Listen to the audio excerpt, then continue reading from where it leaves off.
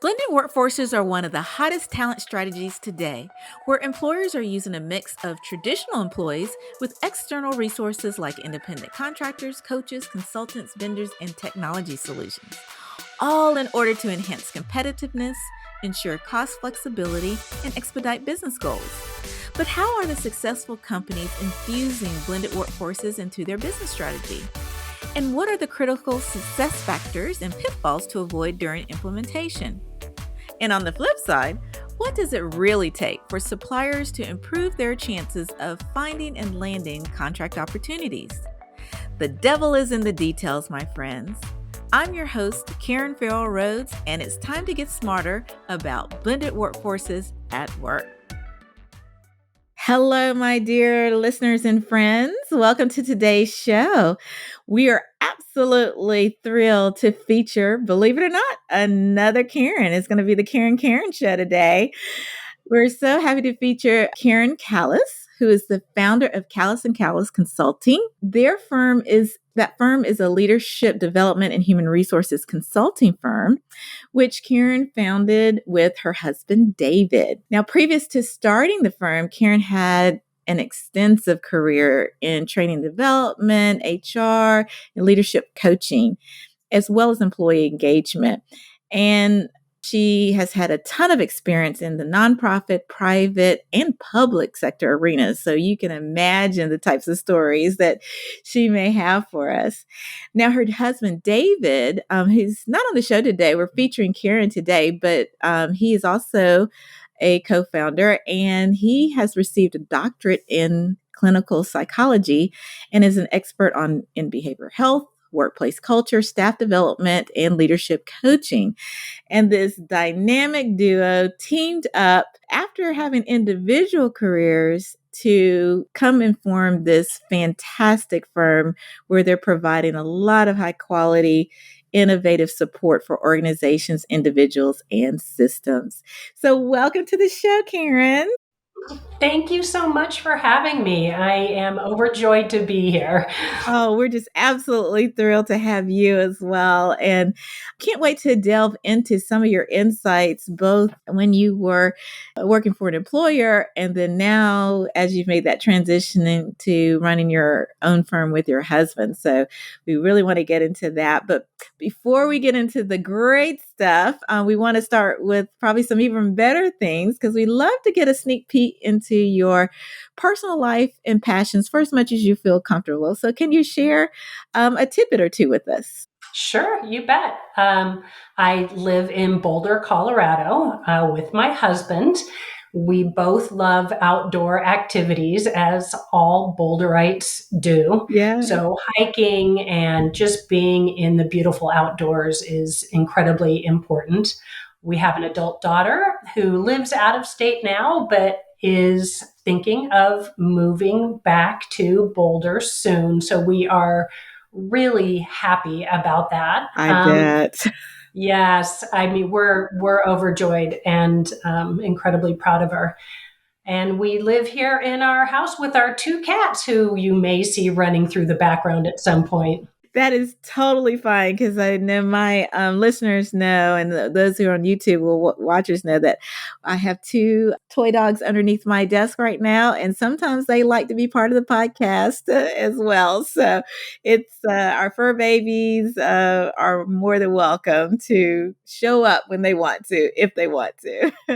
Well, let's get started, Karen. I'd love to first start a little bit about, have you talk a little bit about your employment in, I won't say just corporate America, because you've had a tad there, but you've been in a lot of different industries. But can you share a little bit of overview about your experience before you started the firm Callis & Callis with your husband? Of course, my human resources career started many years ago at a temporary service in California, where I was working in the office placing temporary employees with our clients. And that was my introduction to HR, which fits really nicely with this conversation that we're having today.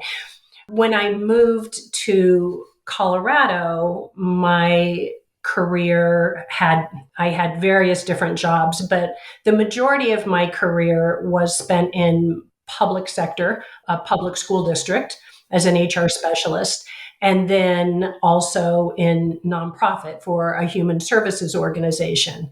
I did have some time in human resources for a tech startup for a short time, but really the majority of it was spent in a nonprofit. And then since I've been consulting with for-profits, nonprofits, a whole variety of industries and sectors. Very fascinating. Absolutely fascinating. And I always love to, I tease, but it's kind of serious. I've never yet in my over 20-year career have met an overstaffed HR function. I don't think we've. If you've seen one, I would love to meet them. It never happened. Never have. And as much as, and most of my career has been in corporate America before founding SDL, but as understaffed as we were at corporate, and I was at like enterprise level companies, nonprofits are even more understaffed because I found in working with them because they're having to do a lot with the little. So I'm wondering if you have seen that in your experience as well, and how that nonprofits compare to maybe like public sector type of organizations. I agree with what you said, Karen, with the nonprofits tend to have less funding and therefore their human resources functions can be stretched even thinner. And the nonprofit industry that I worked in received its funding from primarily the state of Colorado, but some federal funding as well. Sure. But those funding streams were limited. We never had the opportunity to increase our fees for services. Those fees were set by the state.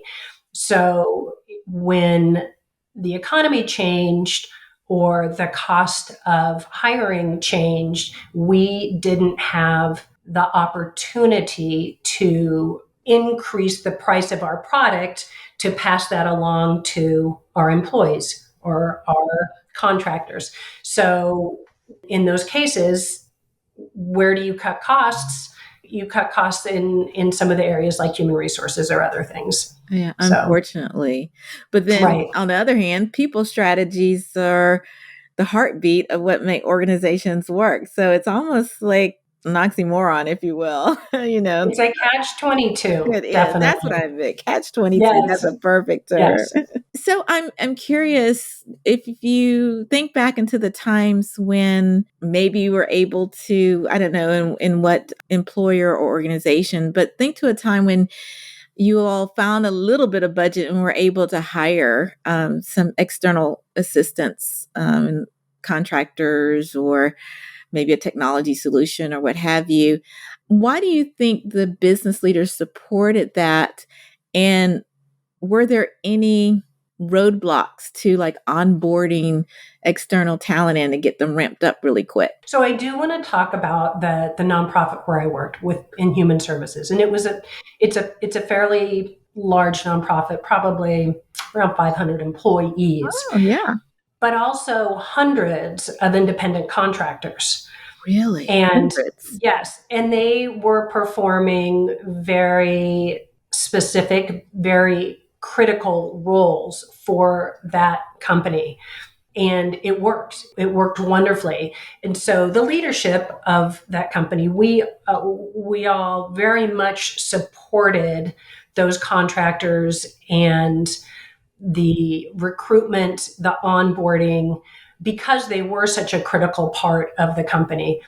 And it worked beautifully. Now, I do think that having a mission-driven organization where the mission is clearly articulated and the vision is clearly articulated helps in bringing on those contingent employees or those independent contractors in a way that helps them blend with the overall culture. Because everybody, the employees and the external workers, all have the same mission. They know what they're signing up for, kind of. They know what they're signing up for. And in this case, it was the financially prudent method to use to provide the services that we needed to provide. That makes a lot of sense. And I don't know if you remember, but how did you source your contractors at the time? Because that's a lot of contractors to kind of have an eye out for. Did you have another organization that kind of screened them and brought them in, or did you all have to select them? Do you remember? I do remember, and that is such a great question. And with that many contractors, of course, you're right. Just sourcing them and finding them and onboarding them, all of that is a major responsibility. Yeah. We had a department that managed those contractors because we had enough, and they were all doing the same function. This large group of contractors was all performing the same function.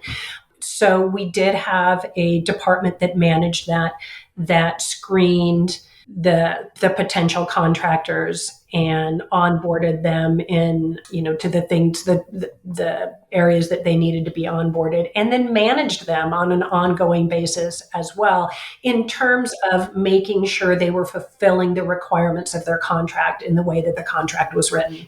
Very fascinating. If you had one piece of advice to give someone who's an independent contractor that is considering a role similar to, the ones that you mentioned where they're going to be part of a big team that is doing a specific project, is there one piece of advice or recommendation that you want to make sure that they walk away with? Because I know a lot of, especially brand new freelancers or independent contractors, they were fantastic when they were working within a organizational structure, but switching their hats to being a contractor is kind of a little bit of a different world. So I'm curious if you have any kind of piece of advice or things that you noted that might be great for others to know. Yes, you're right, Karen. Switching from being an employee over to a contractor, it's a really big difference. I would say make sure you understand what support you will have and won't have as a contractor. How is the company that you're contracting with going to be involved? And is that okay with you? And some contractors don't want any involvement. They really want to be independent. And other contractors may not be comfortable with that if they've always been employed previously. Yeah. Great point. Great point. And then I'm also curious as to, and it's okay if the answer is no, because not all companies or many companies don't do this at all. But did you ever give any instruction to maybe the leaders of the departments that the contractors are working in on what kind of interactions they can and cannot have with the contractors so as not to cross any, say, IRS guidelines or anything like that? Absolutely. Yes, absolutely. And as you know, that can be so tricky, Oh my gosh. especially if you have long term contractors and you do need to manage performance or outcomes in some way, shape, or form, but you can't manage performance in the same way you do for an employee. So, yes, there were plenty of those conversations. Oh, I'm sure. I'm sure.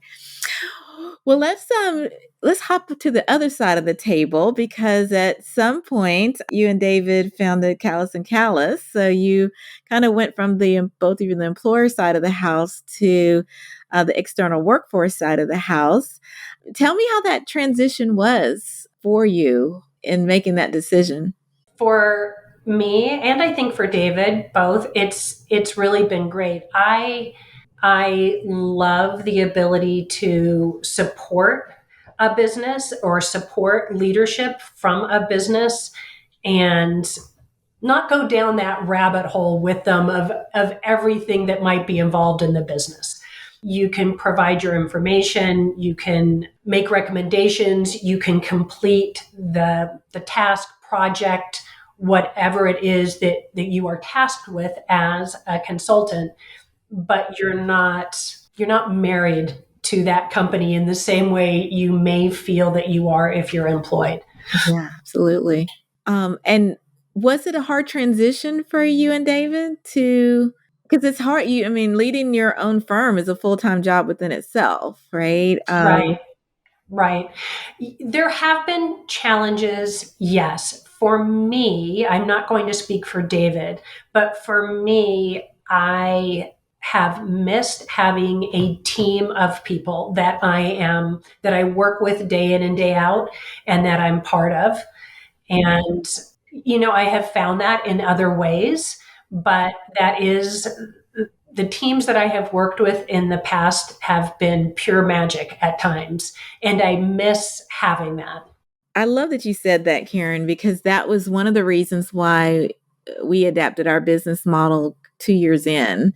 Because you can tell I'm an off the charts extrovert. I get my energy interacting with people. And yes, you interact very heavily with the clients, but once you roll off a project, other than staying in touch and saying hello every now and then, you kind of lose that intimate professional relationship when you're, rolling your sleeves up day in and day out helping them, right? And so a couple years into us, because I started out as a solopreneur, but a couple years into our business model, I had worked with my coach, and we kind of changed it to having a more stable internal team, because that's where me as a founder got my energy from. And it seemed like others that I partnered with, those that I knew and could vouch for, they were feeling the same way. And so I was like, wow, let's just build a team for us to be able to have that kind of connection. So I totally relate to that.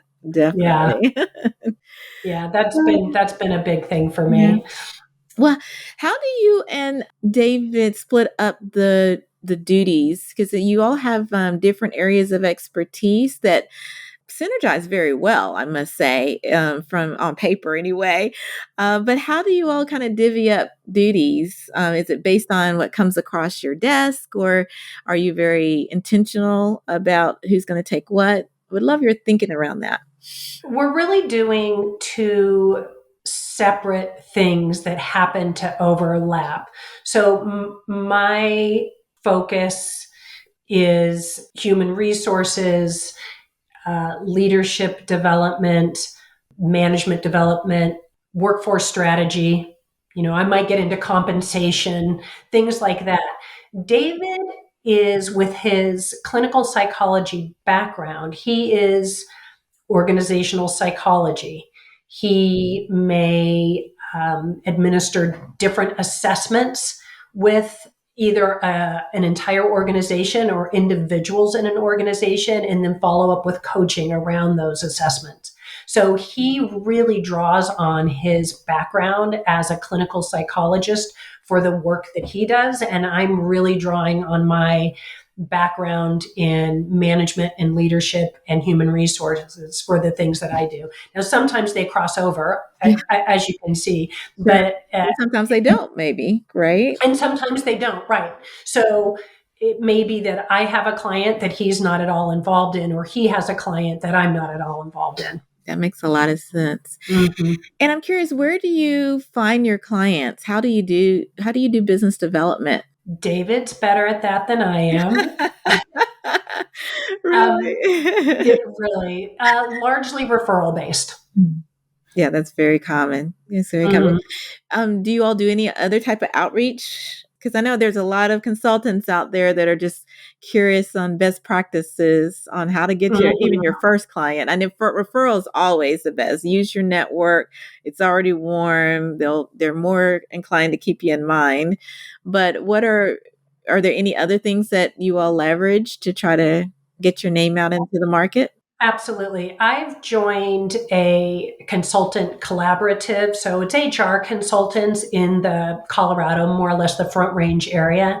And that's been great for me. Primarily, we meet online, and we will pass clients to each other if we're overwhelmed ourselves and don't have the bandwidth to take on another client, or if the client is asking for something that we don't feel is within our area of expertise. So that's been fantastic, both in terms of gaining referrals, but also to help me with that missing of a team that we talked about before. And I'm okay with not having regular clients and working 40 hours every week in my consulting business. I know a lot of people aren't. And that's another challenge of being a consultant is obviously, you really don't know if you're going to have steady work a week from now, a month from now, or 6 months from now. That's right. So another thing absolutely to keep in mind as you wade into the consulting waters. You're so right on that. And people seem to underestimate sometimes how long it takes to effectively like replace your salary or to have semi-consistent income. And you have to really take your personal budgeting and business budgeting seriously so that during the leaner months or weeks that you're able to still pay the light bill while, Right, while right. while you're trying to get additional business. You're so right on that. If you had one piece of advice or a suggestion for leaders who are considering a blended workforce strategy as a significant piece of their organization, say they're going to transition to kind of rethinking where they find talent and who it is and how they work. What is one, I know there's a ton of advice you probably could give based on your background, but what is one piece of advice you would want any business leader to keep in mind? To make sure that your workforce strategy, whatever that may be, is in alignment with your business strategy. Love that. Say more And about that. well, your business strategy has to direct your workforce strategy. Your business strategy has to come first. So have that laid out, have that plan in place, and then consider what your workforce strategy might look like so that you can achieve your business strategy. And consider everything. You don't have to use everything, but consider everything. Part-time employees, temporary employees, external employees. How does AI fit into your workforce strategy? Depending on what your business is, maybe robots fit into your workforce strategy. All of those things can be part of your workforce, but your workforce planning should be driven by your business strategy. I could just drop the mic there. That is priceless, Karen. Absolutely priceless. And I'm going to, do the yes and. Yes and. I will say once you have a straw man or a framework of the business strategy you're thinking about, bring in your HR advisor or HR leader or consultant very soon into that so that you can socialize it with them, your thinking, so they can maybe give you some initial feedback that might help you tweak your business strategy if needed, and let them be partners with you as you close the business strategy on out versus locking and loading it and then bringing them in and say, okay, you implement it. And there might be blind Absolutely. spots that you miss, right? Absolutely. Yes. That's what I've seen. Well, so thank you so much for those pieces of insight. One question we always love to ask our guests is, as you know, I wrote a book on leadership execution best practices, and we talk about 7 tactics that very successful leaders always make sure they incorporate in any leadership effort of any kind. And you were so kind to share that leading with intellectual horsepower really resonated with you. And so, for my listeners out there, leading intellectual horsepower is all about using your areas of expertise to what we call peek around corners and spot trends and connect the dots that others may have missed or did not realize. It's all about using your expertise to bring new and innovative opportunities to the table. And so we're just curious, Karen. Curious minds want to know why intellectual horsepower really piqued your interest and stood out for you. I think intellectual horsepower is an area that I identify with and find to be fun, if that can make sense in this. And when I'm part of a leadership team or in a consulting role, I think I'm skilled at and enjoy asking the questions to bring about, I love how the peeking around the corner, right? To asking the questions to find out, well, what about? Well, what if? Well, let's look at it differently, and exploring all of the different angles, poking holes in things to make sure that the ideas or the direction that we're pursuing really does make sense in all the ways, or in all the ways that we can foresee. Yes, we are definitely sisters from other mothers, because that I absolutely love that as well. And it's amazing when you have very rich conversations around that.